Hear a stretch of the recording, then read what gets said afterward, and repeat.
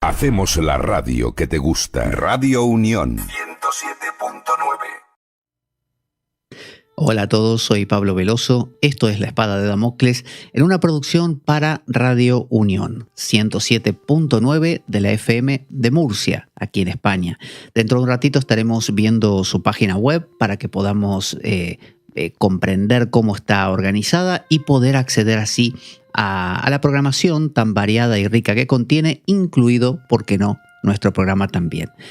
¿De qué vamos a hablar en esta ocasión? Bueno, vamos a iniciar una saga, una secuencia de programas que van a tratar sobre el cristianismo. Y bueno, más de uno dirá, el cristianismo, yo no soy cristiano, no me gusta, eso es una superstición, es una mera tradición, son mitos. Vamos a plantearlo de una manera diferente. Yo lo que te pido hoy es que me concedas, que me des la gracia, la concesión de que me lleves un poquito la corriente en esto que te voy a plantear. Yo te voy a plantear algo bastante raro, bastante extraño. Y vamos a acceder entonces a la idea del nacimiento de Jesús, a la idea de todo el asunto de la anunciación, el nacimiento, Herodes, la matanza de los inocentes, todo lo que conocemos, pero bajo otra perspectiva. A ver si te hace sentido y a ver si te aporta algo realmente diferente, algo nuevo. Entonces, imaginémonos, a diferencia de lo que entendemos habitualmente, que habitualmente entendemos que la realidad es real, es un mundo ahí afuera de nosotros y que ha existido desde hace, no sé, miles o varios millones de años, donde a lo largo de la historia ha habido una evolución de las especies y en un momento, en el siglo I que nosotros le llamamos, aparece un personaje llamado Jesús, que nace, que envuelto en cuestiones misteriosas o mágicas o milagrosas, que predica, que enseña un montón de cosas, que luego lo apresan, lo castigan y lo matan. Después resucita y se queda en el cielo para, no sé, redención de los pecados de todos nosotros. Entonces, eso es lo que nosotros damos por sentado. Pero yo te voy a proponer algo distinto. Vamos a imaginar que no existe un mundo ahí afuera. Que cuando yo digo que toco este micrófono, en realidad no estoy tocando una cosa que esté afuera de mí. Que no tengo ninguna prueba de que este objeto sea un objeto que esté afuera de mí. ¿Cómo puede ser eso? Bueno, vamos a tomar como ejemplo, como medida, a los sueños. Cuando tú te vas a dormir por la noche y aparece el sueño, ¿no? Surge. Cuando el sueño surge, surge todo. Y surge todo a la vez. El sueño no es que primero se empieza a construir este edificio, después se construye ese coche. No, hace blup y aparece todo. Todo junto, ¿eh? Aparece todo lo del sueño más el tiempo. O sea, ese sueño tiene un tiempo.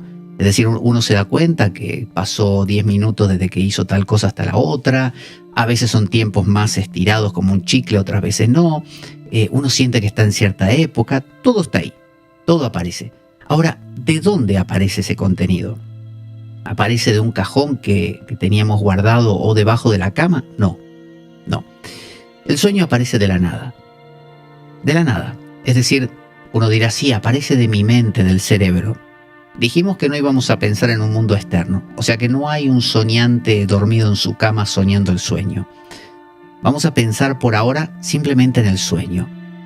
El sueño, en nuestro caso, cuando nos vamos a dormir, surge de la nada. O sea, no hay materiales. No tengo un bote de pintura debajo de la cama, trozos de metal para armar un coche, madera para armar un árbol. No. Hace plop y aparece todo, ¿no? Había un pensador irlandés, el obispo Berkeley, que él promulgaba o proponía que la realidad externa no existía.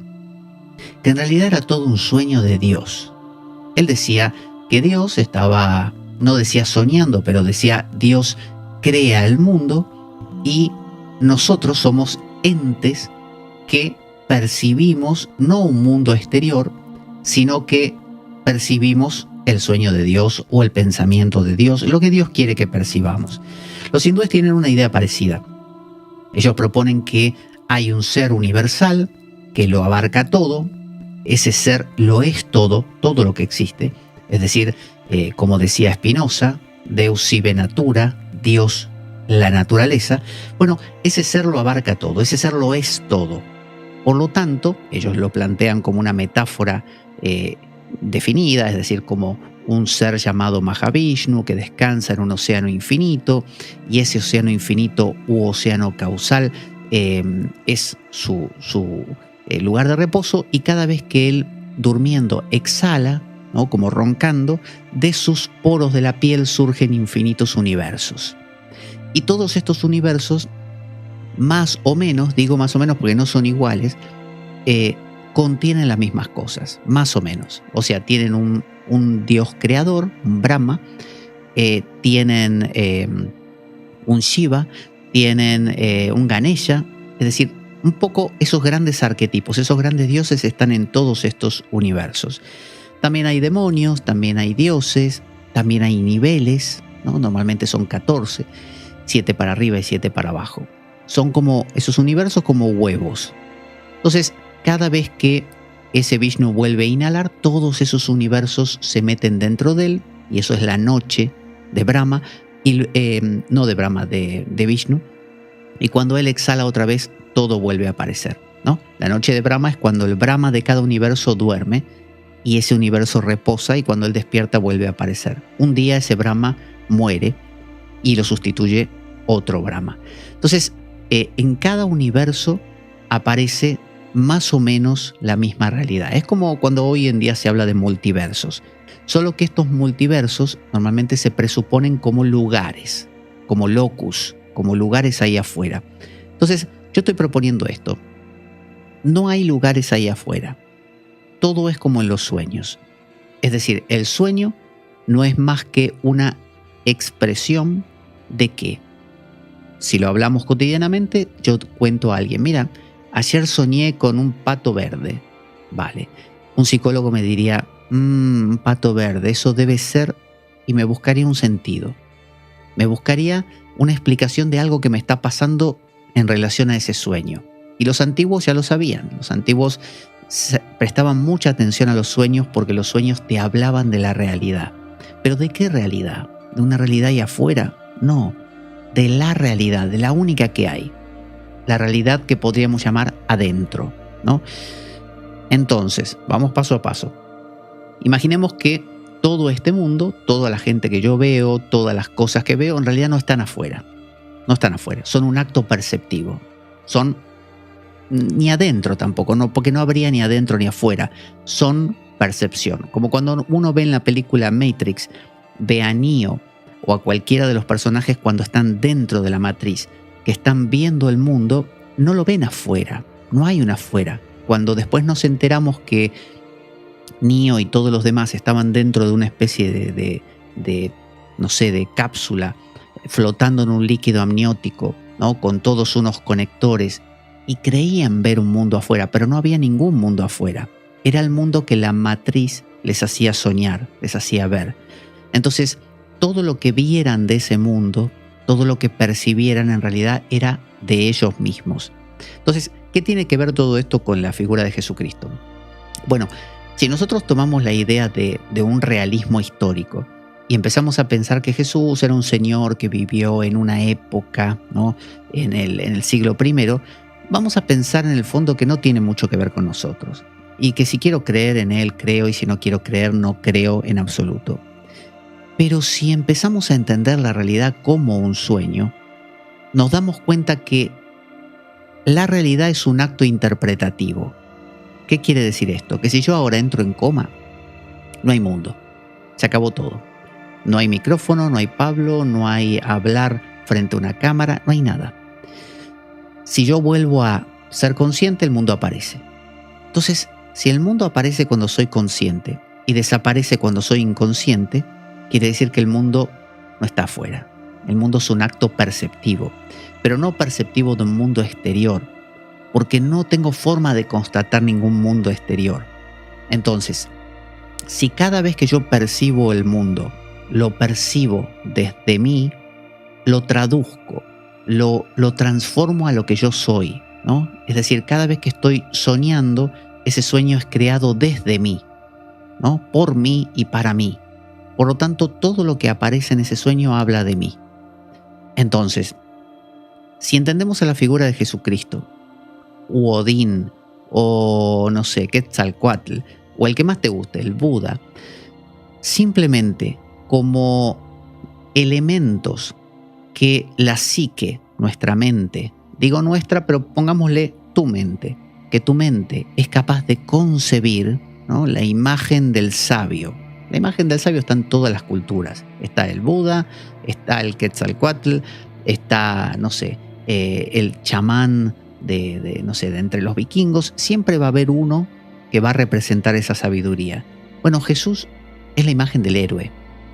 Jesús es la imagen del milagro de poder hacer algo en este universo, transformar el universo. Es la fuerza de transformación de la realidad. Entonces, en lugar de decir simplemente la fuerza de transformación de la realidad, decimos en nuestra cultura Jesús de Nazaret. Le otorgamos una validez histórica, pero para poder captarlo mejor, imaginemos que no tiene que ver con una realidad histórica, sino que es un acto presente. Porque cada vez que tú piensas acerca de la historia, si yo te digo el 200 a.C., lo estás pensando ahora. Si yo te digo el 500 a.C., lo piensas ahora. Si yo te digo dentro de 10 años más, lo piensas ahora.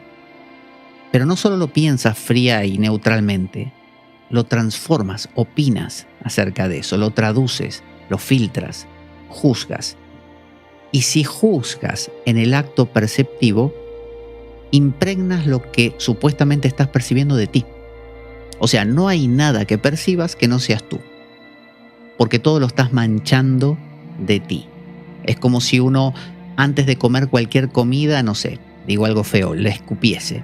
Bueno, ¿a qué sabe? Y a mí, porque la escupí, ¿no? Es decir, estoy comiendo lo que ya soy.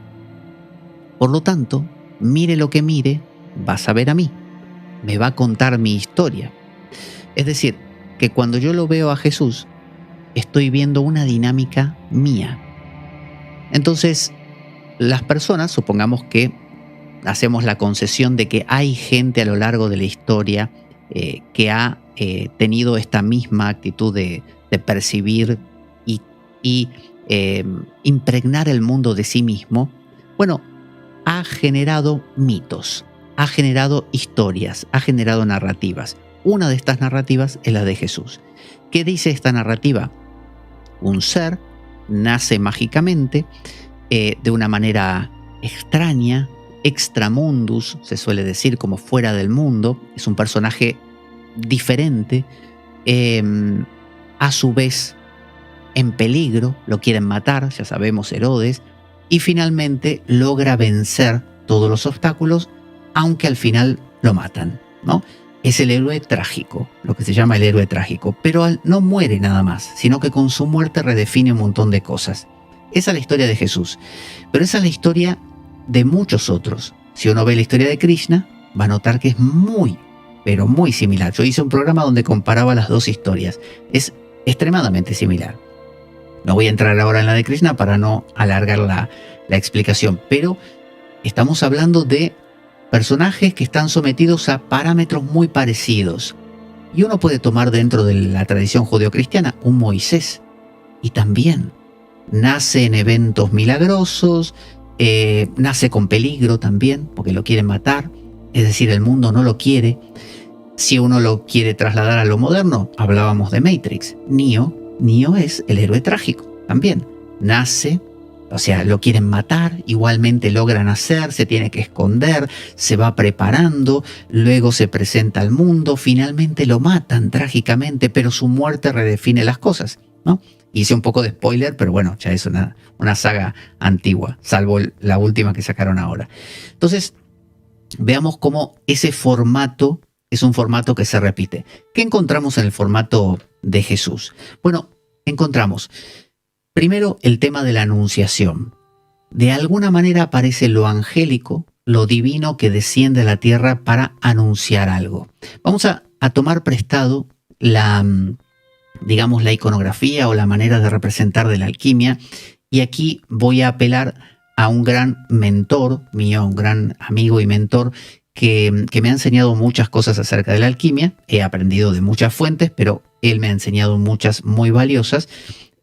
Su seudónimo es Adán Kadmon, lo pueden buscar en Amazon.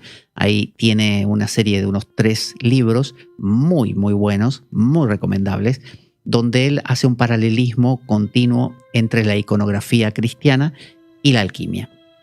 La alquimia es una manera de poder entender esta realidad, es una manera de codificar la realidad para poder comprender o dar sentido a estos eventos, que son eventos, como digo yo, oníricos. Así lo planteo. No lo planteo como un mundo externo. Básicamente mi filosofía es: no hay un mundo ahí afuera. Es todo una especie de gran sueño. Por lo tanto, haga lo que haga, no haga lo que no haga, o mire a quien mire, eso habla de mí. Todo habla de mí, ¿no? Entonces, volviendo a esto, tenemos un ángel que desciende a la tierra y que anuncia. ¿A quién le anuncia? Bueno, primero ya sabemos, le anuncia a Isabel y a Zacarías, que son los papás de Juan el Bautista. Y tenemos una nota común con el arcángel Gabriel, que también le va a anunciar, es el mismo, le va a anunciar a José y a María. Bueno, le avisa a la mujer cree y el hombre no. Zacarías desconfía del ángel, por lo tanto el ángel lo deja mudo. Y José desconfía del ángel y finalmente un sueño le revela que era verdad lo que le decía María, que José, claro, lo entendemos, es difícil creer eso, que tu mujer fue fecundada por un ángel o por Dios mismo, pero hay antecedentes. Es decir, Zeus fecunda a Dánae, la mamá de Perseo, de una manera similar, con una lluvia dorada que se escurre por entre el techo o las paredes de una especie de mazmorra donde la tenían a Dánae oculta, porque su padre no quería que tuviera ella relaciones con este dios, y el dios se apaña para lograrlo igual. Entonces hay esta idea de no queremos que nazca, pero nace igual. No queremos que nazca, pero igual nace. Entonces está el mito, la historia, la propuesta de va a nacer, va a pasar. Lo dice Krishna en el Bhagavad Gita, dice: cada vez que el Dharma decrementa, ¿no? Cada vez que se desbalancea, cada vez que hay demasiados malos o los buenos están ahí en problemas, que normalmente es lo que suele pasar, el caos empieza a ganarle al orden, dice: yo desciendo para darle a cada cual lo suyo y volver a poner las cosas en equilibrio.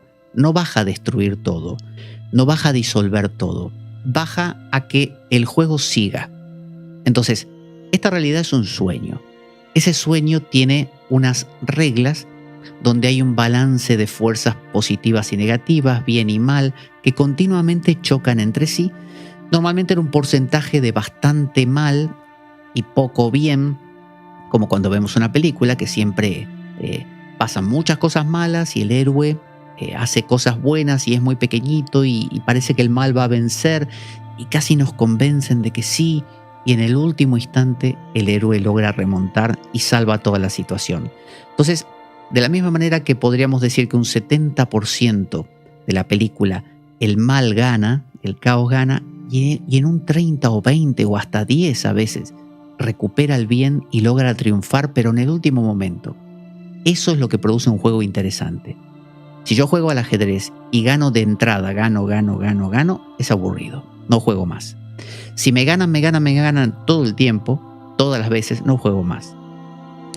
Pero si yo gano y al final pierdo varias veces, tampoco juego más. Yo solamente voy a seguir jugando si me gana, pero al final gano. Cuando parece que ya no podía, al final gano. Entonces, ese es el formato de juego que nos gusta. Es el que funciona. Entonces, cuando aparece un héroe trágico, un modelo, pero no aparece afuera en el mundo, aparece en nuestra psique, es nuestro formato, eso es lo que entendemos. Así veamos una vaca y una mosca, la vamos a traducir como este mismo formato. Problema, finalmente, en el final, solución, ¿no? Entonces, estos héroes funcionan así. Funcionan como que nacen con problemas, los persiguen, los quieren matar, nadie les cree, es todo difícil. Les pegan palazos, los lastiman, los machacan, no sé, los matan y al final renacen, ¿no? Como Dionisos. A Dionisos, si hay alguien que le fue mal en la vida, es a Dionisos. Y Dionisos finalmente renace y es el dios de los misterios órficos, ¿no? De los misterios de Eleusis, que va a revelar grandes verdades al ser humano. Entonces Jesús tiene ese mismo formato. Y fijémonos cómo lo femenino es lo que recibe el mensaje y lo acepta. La mamá de Krishna, Yashoda, es quien justamente cree en estas cosas, es la que más cercana a él está. María es la que acepta, José no. Isabel es la que acepta, Zacarías no.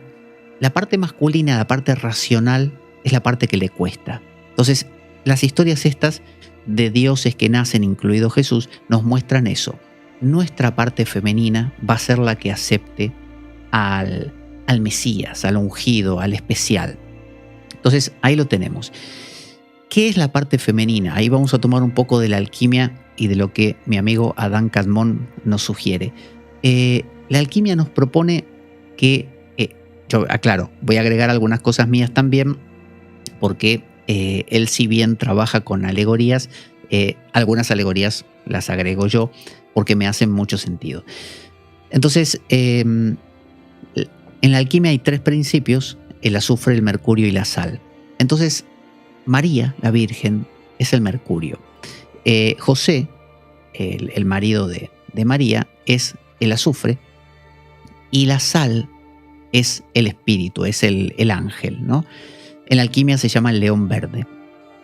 De la misma manera, cuando nacen Adán y Eva, que nacen del primer Adán, del famoso justamente Adán Kadmon, nacen Adán y Eva. Adán es la tierra adámica que va a dar el azufre. Eva es el mercurio, todavía sucio. Y luego aparece también la sal, que es la serpiente, que a su vez purifica a ambos, los vuelve desnudos y los prepara para la obra, ¿no? Entonces, ¿qué sería esta María? Y ahí agrego mi elemento. Nuestra mente. María es la mente capaz de acoger ¿a qué? Acoger la simiente de José, ¿no? Porque se supone que María queda embarazada del Espíritu Santo, pero también de José.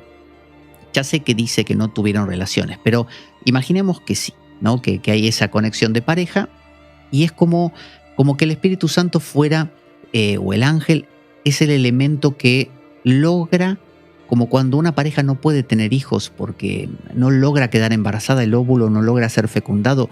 Bueno, si agregamos un elemento catalizador que lo favorece, bueno, eso sería el Espíritu Santo, eso es el ángel. Entonces, ¿qué es el ángel? El ángel para mí es el logos. El ángel es la explicación. Cuando hay algo en tu vida que no cuadra y no hay caso y no lo entendés y no te funciona, y vengo yo y te digo, mira, te lo voy a explicar. Es así, asá, te pasa esto por aquello. Ah, decís. A partir de ese momento es como que quedás embarazada. Es decir, aceptás esa realidad. Ahora tiene sentido. Ahora hay, por eso la sal es la que conserva las cosas, es la que seca las cosas, y es también vista como una red que logra mantener, que no se escapen los principios. Entonces, se trata de que somos María, somos la Virgen María, es la mente María, ¿no? El mercurio, por eso es volátil el mercurio, ¿no? Como la mente humana. Pero María es una mente trabajada, es decir, una mente a la que le hicieron la anunciación. Y cuando se hace la anunciación aparece la estrella de la anunciación. Y esa estrella es lo que define en alquimia el mercurio estrellado. Cuando el mercurio sucio se convierte en mercurio estrellado es cuando se le quita una capa que lo mantenía tapado, desactivado, y ahí es donde vemos esas vírgenes negras o vírgenes que tienen un niño muy tapado, ¿no? O con una túnica muy azul, todos símbolos de todavía ese mercurio no es fértil. Es nuestra mente que no fue capaz todavía de captar esto nuevo que viene, este mensaje del ángel. Pero cuando en tu vida te explican las cosas, o en tu vida las cosas empiezan a cuadrar, ahora tienen sentido, es cuando ese Mercurio se vuelve estrellado, ese Mercurio se vuelve fértil, esa Virgen ahora se vuelve capaz de acoger en su seno la simiente de José, que es nada menos que el azufre. ¿Qué es el azufre? Bueno, vamos a apelar a una idea que propone Jung, que lo que excede al ser humano, lo que llamaríamos Dios, Deus sive natura, es decir, Dios es todo lo que existe, bueno, viene desde dos fuentes, desde arriba imaginemos y desde abajo. Desde arriba viene como esas grandes ideas que nos inspiran, ¿no? Sé un maestro, sé un papá, sé una mamá, sé un héroe, sé como un niño, sé un chamán, ¿no? No importa, lo que venga de arriba. Son lo que llamaríamos las musas, lo que nos inspira, lo que uno dice, no sé por qué, pero me interesa hacer esto. Entonces, ahí tenemos una de los lugares por donde viene lo que nos trasciende. Carl Jung solía decir que en el ser humano no hay nada creativo. O sea, María de por sí no es creativa. La creatividad viene de José. Viene desde arriba con estas grandes ideas o viene desde abajo como instintos. ¿Qué es un instinto? Algo que te mueve. Son emociones, algo que te emociona, te pone en movimiento. Entonces, las grandes ideas que nos inspiran, las emociones que nos mueven, vienen de los dos lados y nos ponen en marcha. Pero ¿qué pasa? Eso, aunque todos los días estamos sometidos a eso, a inspiraciones habituales, musicales, artísticas o de ideas en general, pero también de emociones que nos mueven, es como que nos atraviesan. A veces se nos escapan y uno dice, tenía esta como gran idea y se me fue.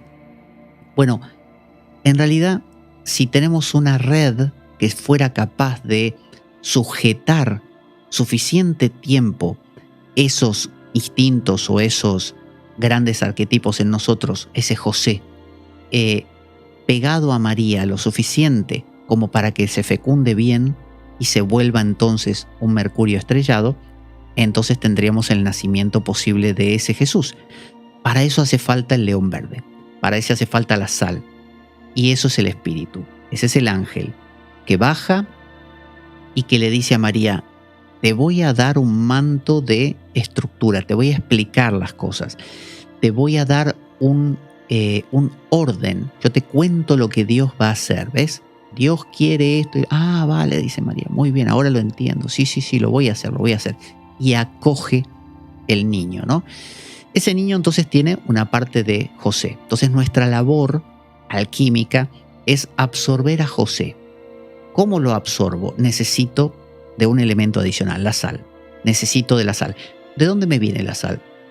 De esto, por ejemplo, lo que estamos haciendo ahora, explicando cosas, de leer un libro, de filosofía, de psicología, de pensar, de sacar conclusiones, de entender, ¿no? Las grandes preguntas del ser humano.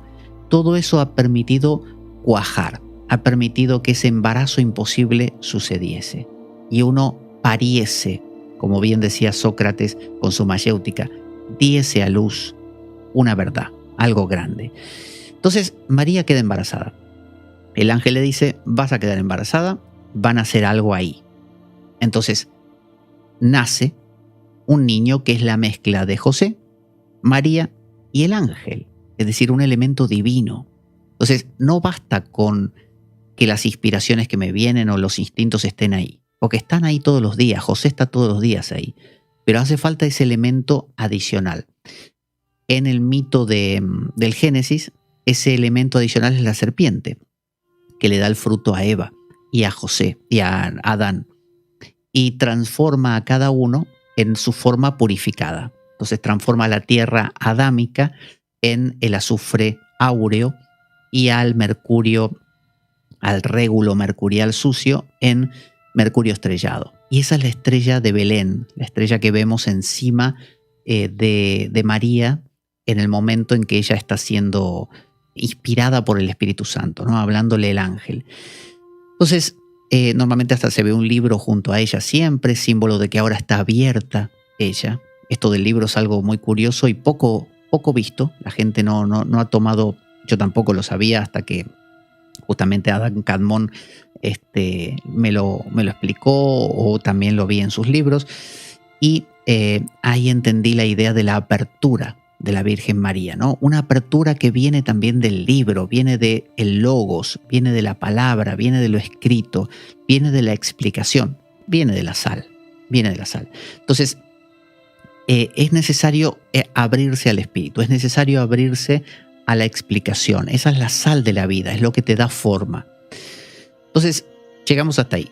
Tenemos una María que es fecundada, un José que es medio revoltoso. José siempre se quiere ir. Zacarías siempre se quiere ir. No quieren quedarse, no quieren aceptar este asunto. Pero María, como mente, ¿no? Justamente como nuestra sustancia mental, gracias al Espíritu, le logra decir: José, te quedas. Acá te quedas, ¿no? De alguna manera lo envuelve. María lo convence. No solo María, el ángel, ¿no? El ángel habla con Zacarías, el ángel habla con José en sueños, y a los dos les da la información, o sea, les da forma, los informa. Y ahí sucede el milagro. Entonces, ¿qué pasa? Todo esto del pesebre, en una hostería, en una posada, son agregados de la tradición. En ningún momento se dice en una posada en sí, en el Nuevo Testamento.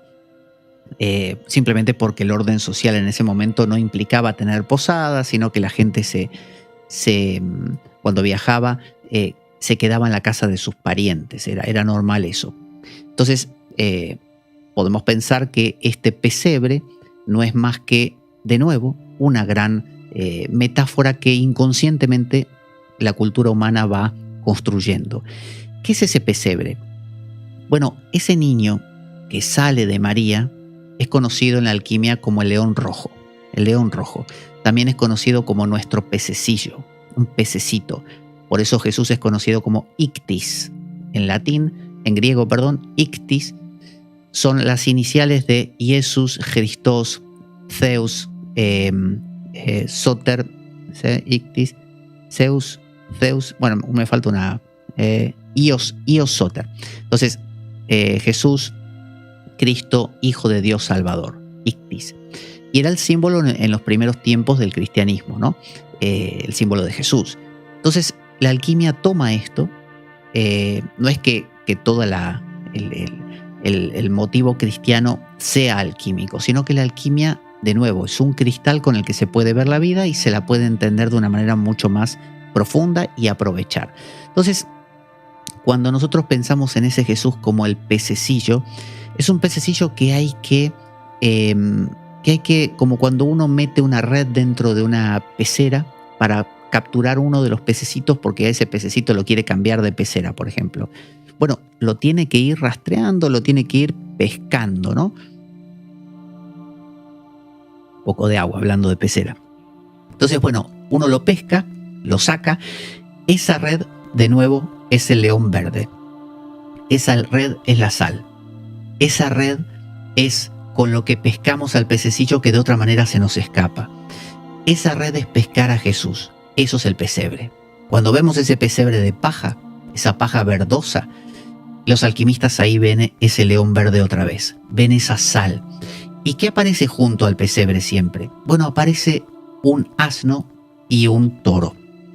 Para los alquimistas, el toro con sus cuernos en forma de media luna, en el mundo antiguo el buey Apis y todas estas iconografías que tienen que ver con lo lunar. Así que el buey es símbolo del mercurio, de la mente, como María, es lo mismo, María, en su forma más elemental, o sea, en una forma más primaria. Y el asno es el azufre otra vez. O sea que tendríamos a María y a José y el pesebre. ¿Qué es el pesebre? El pesebre es la sal. De nuevo están los tres principios. Entonces, lo que están diciendo el buey y el asno es: nosotros dos generamos a ese niño gracias a este contenedor. El pesebre lo contiene a Jesús. Jesús está dentro del pesebre. Entonces, cuando nace dentro de nosotros Jesús, cuando nace en tu mente, esa mixtura perfecta que es nuestro Salvador, Por eso es nuestro Salvador, ¿no? Esa mixtura perfecta entre tu mente, que ahora, gracias a un logos, a una explicación, a una enseñanza, a la enseñanza, ¿no? Que es el arcángel Gabriel en este caso, ahí se personifica, se metaforiza. Cuando tu mente es capaz de recibir, gracias a ese logos y explicación, al azufre, es decir, a la potencia, el azufre es el fuego, la potencia de la vida, cuando lo tenés dentro con esa mixtura, ahí estás teniendo a ese niño, ¿no? Ese niño divino. Ese es el niño que estamos esperando, es nuestro Salvador. Y cuando nace, hay que ponerlo de nuevo en esa sal. Esa sal en que se pone a ese Jesús es la misma sal que vamos a ver como el vaso, el recipiente, color verde, que sostiene a veces María Magdalena, a veces José de Arimatea, en la cruz, y que recibe. Se dice que es el de la última cena, ¿no? Donde se puso el vino, el cáliz, pero también es el vaso de María Magdalena donde se recibe la sangre del Salvador. Y si nos acordamos, del Salvador cae de su costado, donde Longinos, el lancero, le clava la lanza, salen dos chorros, uno de sangre y uno de agua. Manó de su costado sangre y agua, ¿no? Bueno, ¿quién recibe eso en la iconografía? María Magdalena, ¿no? Lo recibe. María Magdalena tiene el pelo así rojo, pero está vestida de verde, porque ella es el león verde, ella es la sal, y recoge en ese recipiente salitre, salino, en ese recipiente verde, el grial verde, que cae como la tabla esmeralda de la frente de Lucifer, ¿no? Lucifer es el portador de la luz, es de nuevo el león verde, ¿no? No tiene que ver con Satán, sino con el león verde, el que abre los ojos de Adán y Eva, por ejemplo. Entonces, uno dirá, pero ¿cómo puede ser? Si estamos hablando del nacimiento y ahora saltamos a la crucifixión que ocurrió después. No, esa es la cosa. Si estuviéramos hablando de la realidad real, de un mundo ahí afuera, de una realidad histórica, yo te diría, primero viene el siglo I y el siglo XXI viene mucho después, ¿no? Viene ahora cuando estamos nosotros. Pero si esto fuera un sueño, el siglo I y el siglo XXI ocurren al instante, en el mismo momento. En los sueños no hay tiempo, no hay antes y después, hay simultaneidad. Es lo que los griegos llaman kairos, mientras que el tiempo cronológico es llamado cronos, justamente. Entonces, cuando hablamos de la crucifixión y del nacimiento, estamos hablando del mismo fenómeno, simultáneo. Entonces, Jesús no nació en el siglo I, Jesús está naciendo ahora, ¿no? O no naciendo. Jesús es crucificado hace un ratito y va a nacer dentro de otro rato. ¿Cómo puede ser que nazca después de ser crucificado? Porque cuando hablamos de sueños, no hay antes y después. Cuando hablamos de realidades míticas, no hay antes y después ni correcto o incorrecto. Si uno viaja a distintas zonas de Grecia, va a ver que en una zona Hércules, no sé, lo representan con una piel de león y en otra con, qué sé yo, con una túnica color amarilla. Y uno dice, pero... O en una muere de una manera y en otra al morir dice otra cosa. Y uno dice, pero entonces ¿cuál es la verdadera? No, todas. Pero una más verdadera que... No, todas son verdaderas. Todas. Porque en el sueño todo, hasta lo que decimos es un error, eso habla de ti. Entonces, otro poquito de agua. Entonces, volvamos a la idea de el pesebre. El pesebre recibe al pececito para que no se escape. Si yo hago las veces del Espíritu Santo, ¿no? Del Arcángel Gabriel, y te cuento algo, y te digo, mira, fulano, fulana, las cosas es así, te cuento una filosofía, te cuento una teología, te cuento una psicología para que entiendas y me dices, vale, ahora lo capté, entiendo. Lo que vas a estar haciendo es desde ese ser humano endeble, María, quizá mejor que otras chicas de la zona. María es elegida por eso, es la mejor de ahí, es decir, es una mente que tiene una capacidad de receptividad que no tienen otras mentes, ¿vale? O podríamos jugar y decir que dentro tuyo existe María y existen otras mujeres. Bueno, esa partecita María tuya es la que es capaz de acoger al Salvador, a José. Y José mezclado con tu mente y el Espíritu da al Salvador.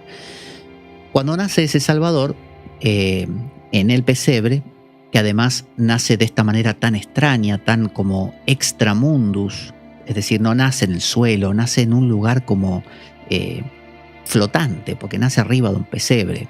Esto tiene un poco que ver, por ejemplo, en la India había un demonio llamado Hiranyakashipu, muy poderoso y muy malvado, y él había obtenido el don de que nada en la tierra o en el cielo pudiera matarlo, ningún animal ni ningún ser humano pudiera matarlo, y ningún arma de ningún tipo pudiera matarlo, ¿no? De metal o de madera.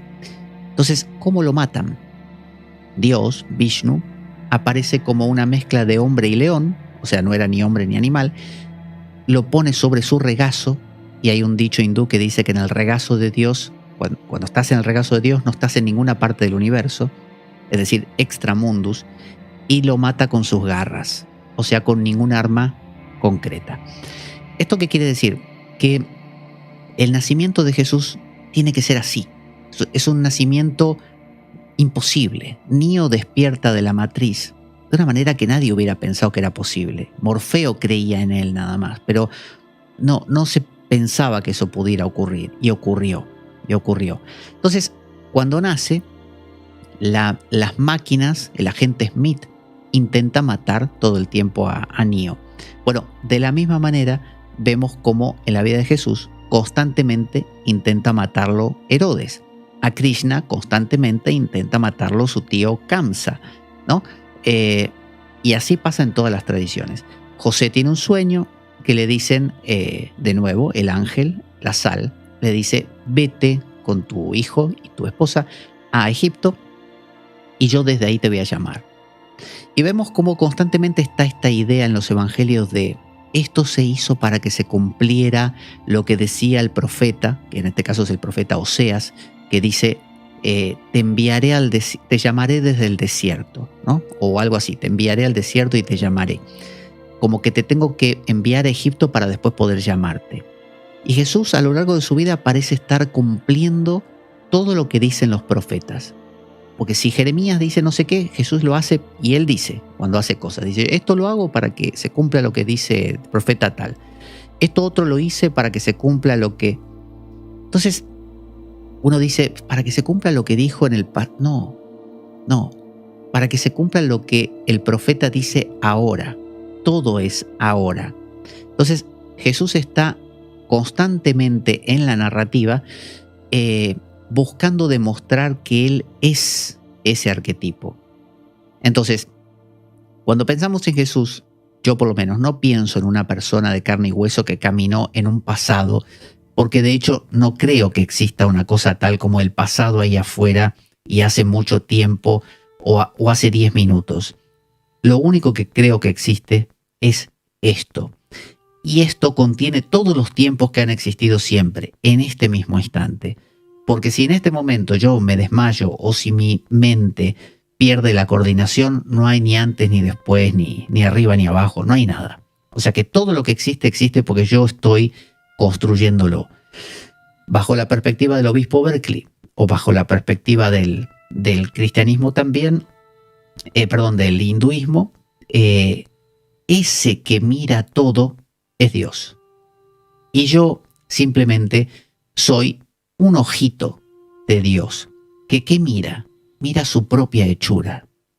Por lo tanto, hay un evangelio apócrifo, que no me acuerdo si es el de Felipe o el de Tomás, que dice, Jesús dice: levanta una piedra y ahí estoy yo.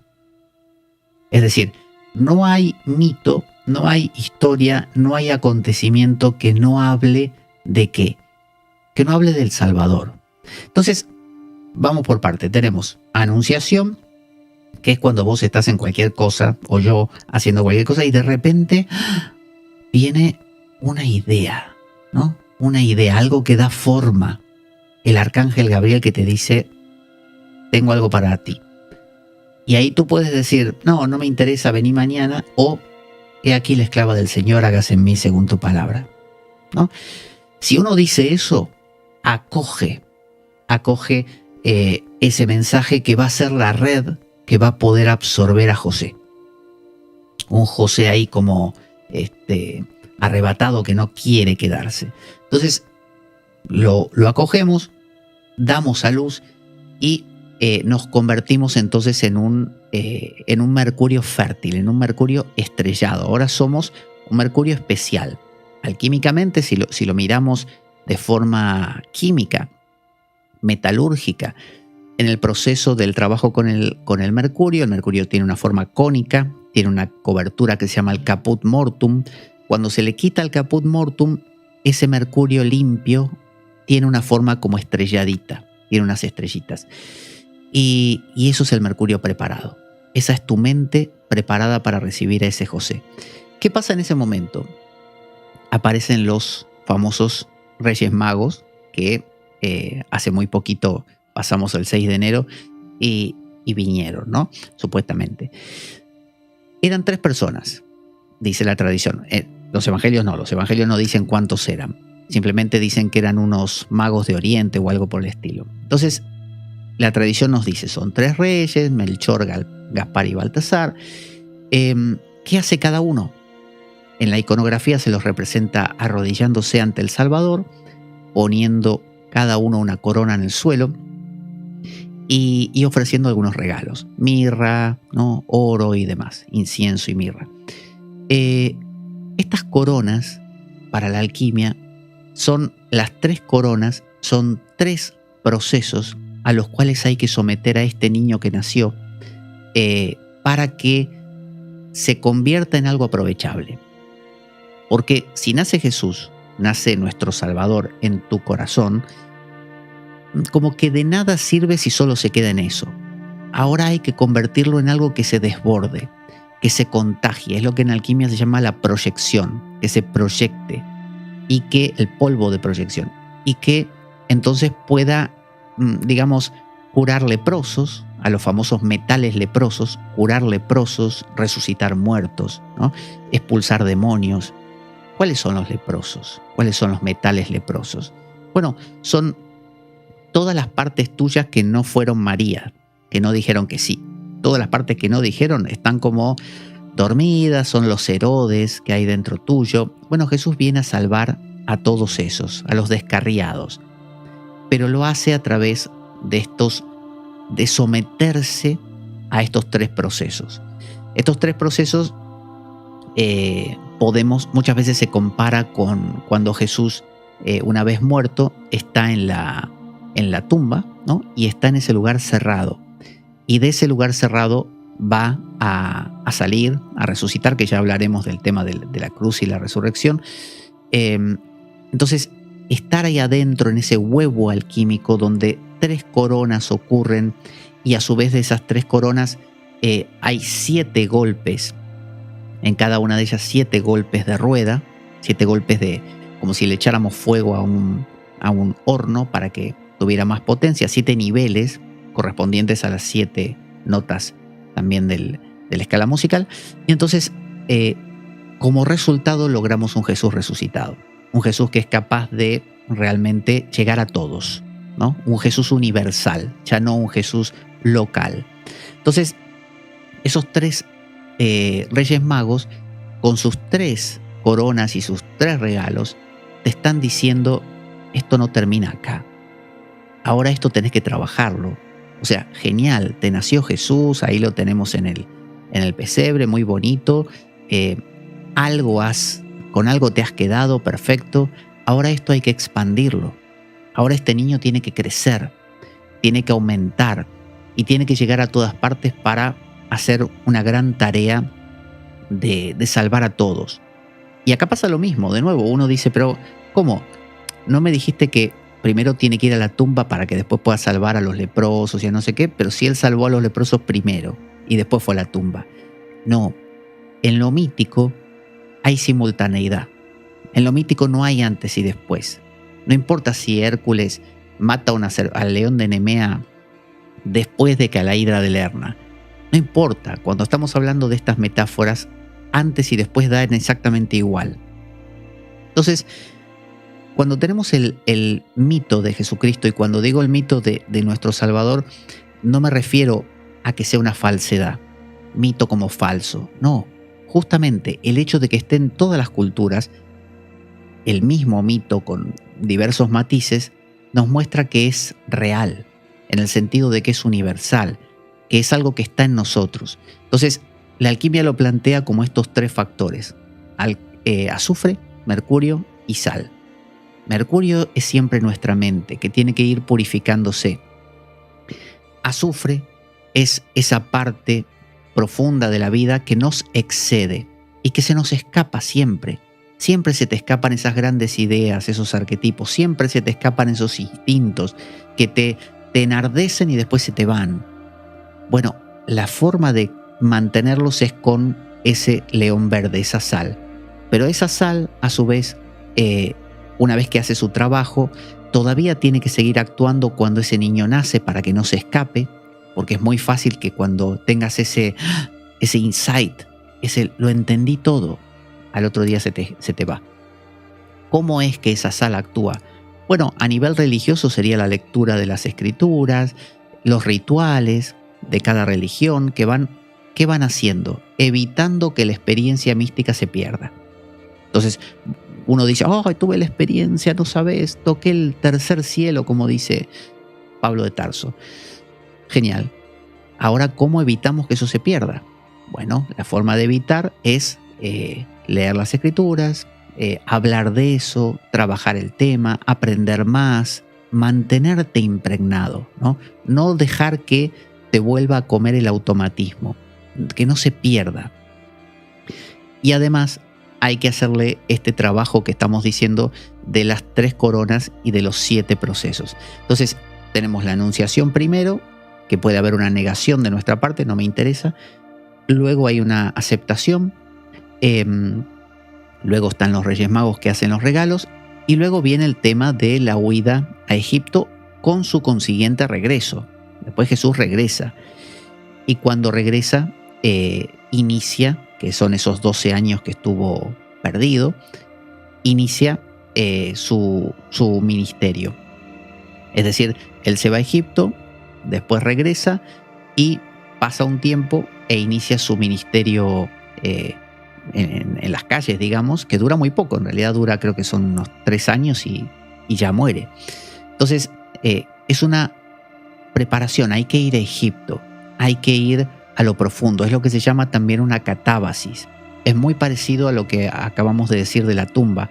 Es ir a lo de adentro. Jesús, cuando está en su tumba y resucita, antes de resucitar desciende a los infiernos. Bueno, Egipto es una forma de infierno. Entonces, cada vez que nace algo en nosotros, tenemos que ir a esas esencias, a esa interioridad, a esa profundidad. No quedarnos en lo superficial, no relacionarnos con todos enseguida. Al revés, tenemos que irnos de ese mundo conocido. ¿Hacia dónde? Bueno, hacia Egipto. Y fijémonos que Egipto es un lugar donde Dios, en la historia bíblica, manda a su pueblo a cada rato, porque lo saca Abraham de Ur y al rato ya está Abraham entrando a Egipto porque le falta comida. Después, más adelante, Moisés nace, de hecho, en Egipto, ¿no?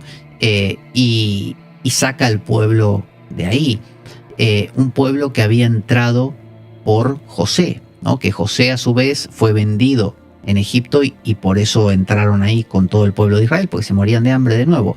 Entonces hay un coqueteo con Egipto y un llamado de a salir de Egipto, como le pasa a Moisés, que de nuevo Moisés es un tipo de Jesús. O sea, Moisés es la misma figura repetida hasta el hartazgo, no solo en otras culturas, sino en la tradición judeocristiana.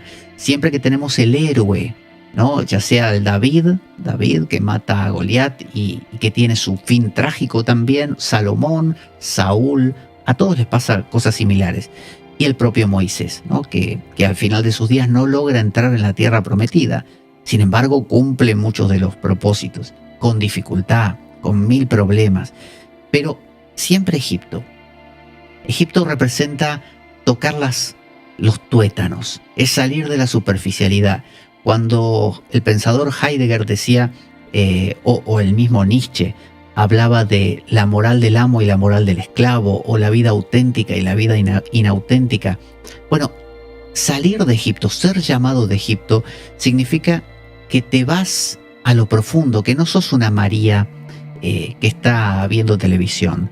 Sos una María que cuando le avisan estas cosas, cuando te nace ese hijo, te vas a lo profundo, te vas a las cosas, al silencio, te vas al encuentro con tus demonios. Es decir, vamos a profundizarlo esto, no nos vamos a quedar en la superficie, no nos vamos a quedar en mirar lo entretenido y a contarle a los vecinos lo que pasó, sencillamente porque se banalizaría eso. Entonces Jesús tiene que ser llamado de la tierra donde los dioses tienen cabezas de animales, es decir, de Egipto, de la tierra de la superstición, la tierra de la magia, la tierra de los muertos, justamente. Jesús sale del mundo de los muertos cuando resucita, sale de ese infierno, de ese lugar inferior, y resucita al mundo celestial, pero primero baja. Muchos héroes lo hicieron en Grecia, Ulises, Teseo, hacen esto de la catábasis o la nequia, también llamado, que es bajar justamente al mundo de los muertos y luego salir a veces con una gran información, que es, por ejemplo, cuando creo que es Ulises que habla con el sabio Tiresias, y también habla con Aquiles. Y bueno, ese bajar, aprender y volver a salir te cambia, te cambia. Entonces, no es un Jesús, ese Jesús que nació, esa cosa que nació nueva en ti, ese Salvador que nos nace, no es alguien que tengas que llevarlo al centro comercial enseguida, a que lo vean todos. No, hay que llevarlo a los barrios más pobres, hay que llevarlo a los lugares oscuros, hay que llevarlo a los lugares del silencio y de los miedos y del dolor y de la angustia más existencial. Hay que llevarlo al mundo de lo existencial, a la vida misma. Y desde ahí va a salir un Jesús mucho más fuerte, que después va a aparecer en el templo, va a sorprender a los escribas ahí con todo su conocimiento, ¿no? Que es lo que le pasa en los primeros años, que Jesús empieza a desentenderse de María y José y empieza a hacer su labor independiente, empieza a ser alguien que excede tu propia mente, tu María, tu José, ya tiene vida propia, ya se extiende. Sin embargo, fijémonos cómo vuelve a aparecer la figura de María Magdalena en la vida de Jesús como la mujer del vaso de alabastro, ¿no? De este vaso verde. Es decir, vuelve a haber un león verde que lo acoge, que lo contiene, porque si no ese Jesús se pierde. Entonces, de nuevo va a haber ese vaso, que lo vamos a hablar ya más adelante, y ese vaso de nuevo va a ser el recipiente. María es un recipiente. En las letanías marianas se habla de María como vaso, ¿no? Es la puerta, pero también es el vaso. Entonces, nosotros, nuestra mente, es nuestro mercurio. Puede ser un mercurio sucio, un mercurio no trabajado, un régulo marcial, como se suele decir en alquimia, en forma cónica, como las vírgenes que son cónicas, justamente, tienen esta forma, y a veces vírgenes negras son oscuros, porque tienen el caput mortis arriba, la cabeza de muerto. Esa cabeza de muerto se remueve, y cuando se remueve, de la cabeza sale José, el azufre, y también la serpiente o el Espíritu Santo, la sal.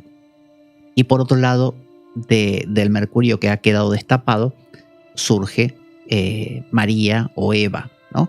Es el mismo mito. No importa que pensemos que uno sucedió en el Génesis y otro sucede en el Nuevo Testamento. Es el mismo, es el mismo.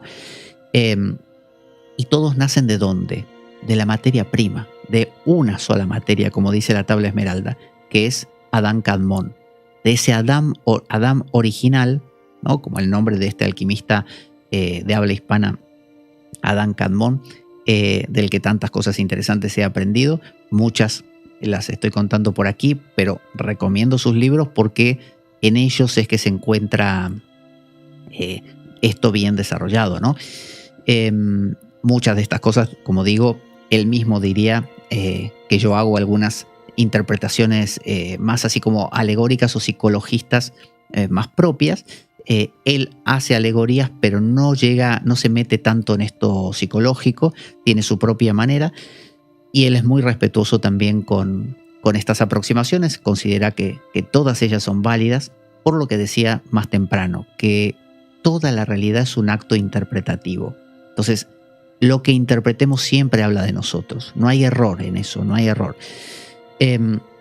Así que bueno, ahí tenemos, nacimiento de Jesús, previa anunciación, es un paralelo con lo que nos pasa todos los días a nosotros. No se trata de un hecho que ocurrió en el siglo I o de un señor que caminó y sanó, señor de barba y pelo largo que anduvo sanando gente y que hay que adorarlo ahí afuera. Si así fuera, sería muy triste.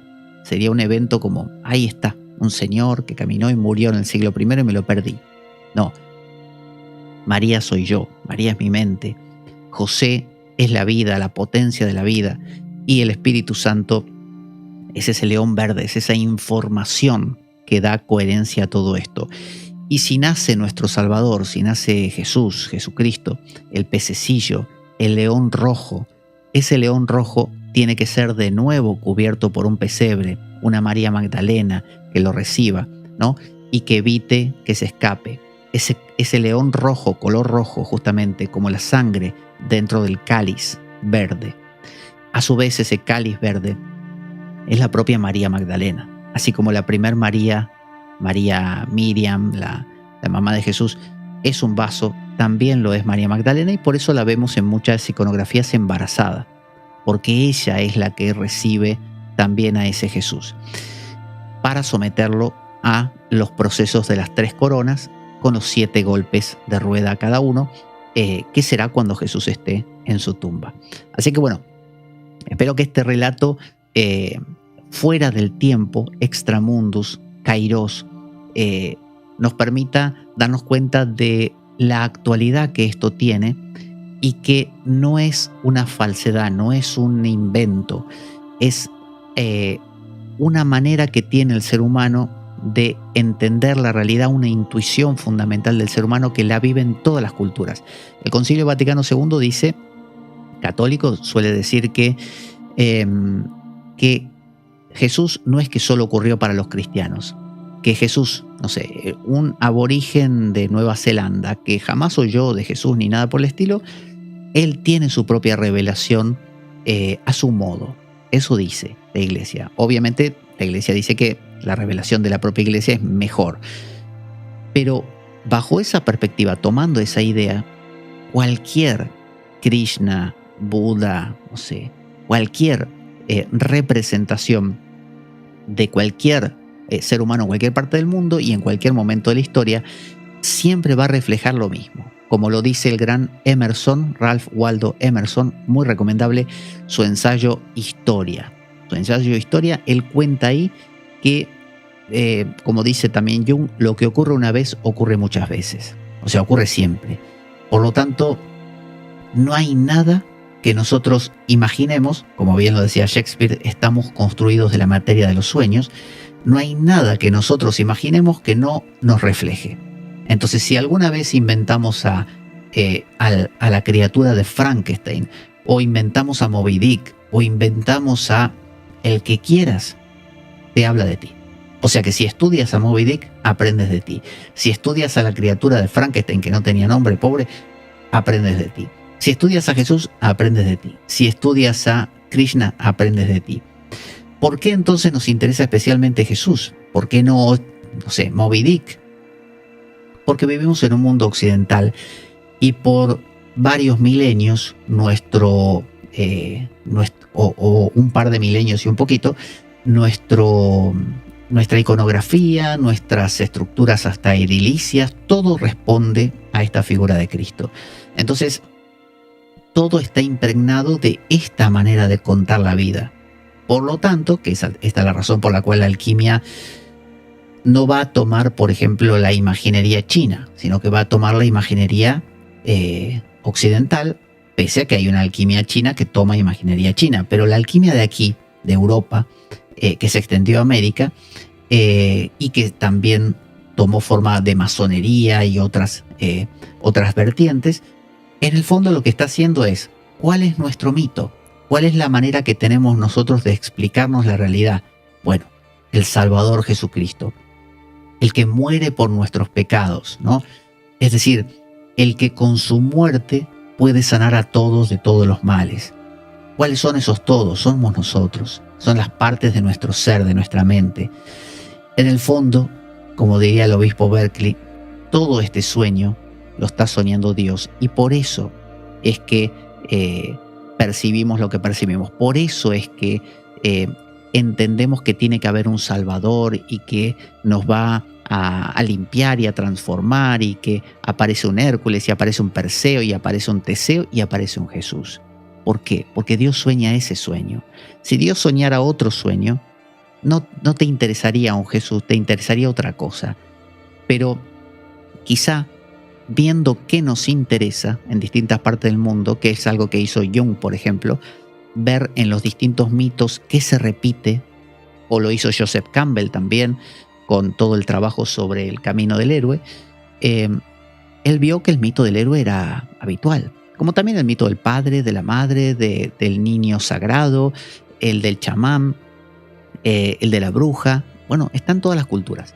Ya que están todas las culturas, quiere decir que es algo intrínseco. Entonces, si lo pensamos como el gran ser que todo lo sueña, bueno, ese ser está soñando este sueño, que incluye un Jesús. Y si somos occidentales y este es nuestro mito, ¿por qué no transitarlo? ¿Y por qué no depositar nuestro corazón ahí? Y no solamente pensarlo como, bueno, es un mito, es una cosa ahí fría. No. Cantar canciones, al que le apetezca ir a misa, o hacer meditación o contemplación. Es decir, realmente compenetrarse con esta figura. Y la paradoja es esta, va a ser muchísimo más profundo que la persona que cree.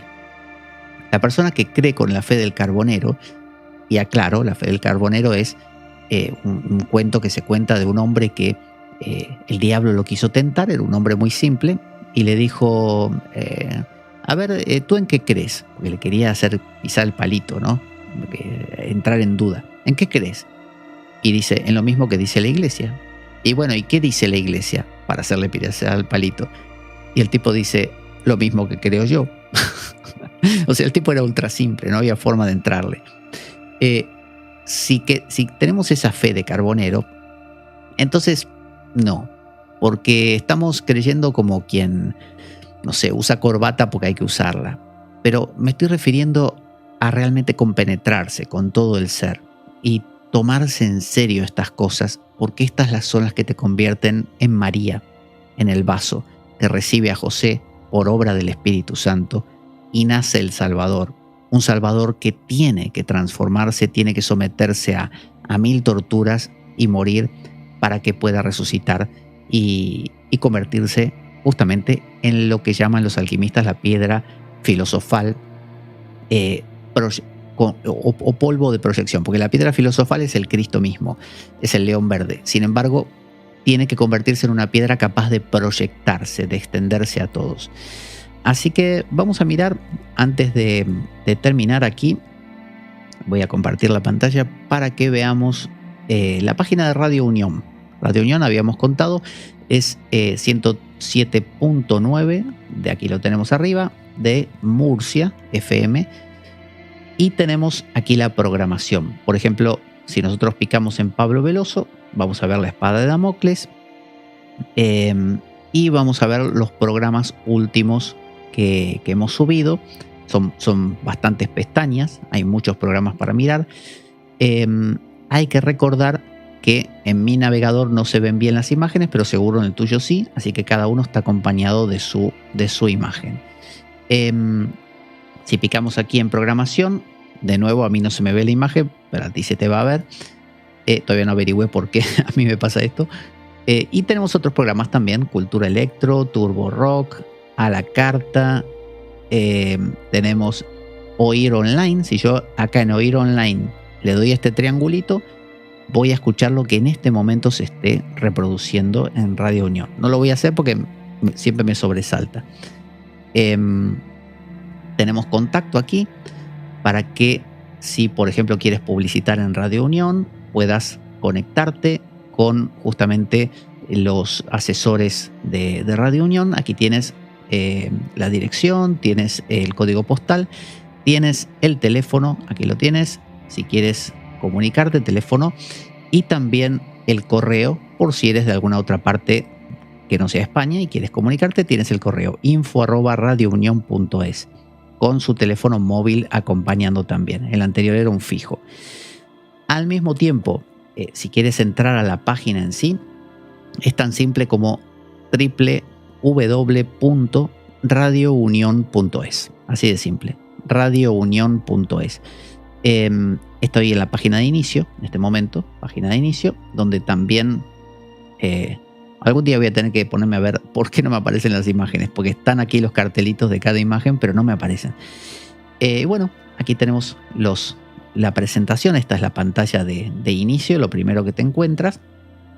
Y eso es todo. Así que no te lo pierdas. Aquí lo tienes, no solo este programa de hoy, sino todos los anteriores, para poder seguir la programación. Volvemos por aquí. Bueno, hemos hecho este recorrido que lo vamos a continuar, Lo vamos a continuar. Hoy empezamos solamente con el nacimiento, la natividad, y con este paralelo alquímico. Luego lo vamos a ir recorriendo con el tema de las enseñanzas de Jesús, o sea, su ministerio. Vamos a ir viendo cosas como el Sermón del Monte, y también aquellas enseñanzas tan controversiales como poner padre contra madre, o nuera contra suegra, hermano contra hermano, padre contra hijo. He venido a dividir, no a unir. Y por otro lado, perdona a vuestros enemigos, perdonad a vuestros enemigos, amad a vuestros enemigos, haced el bien al que te maltrata, orad por el que te persigue.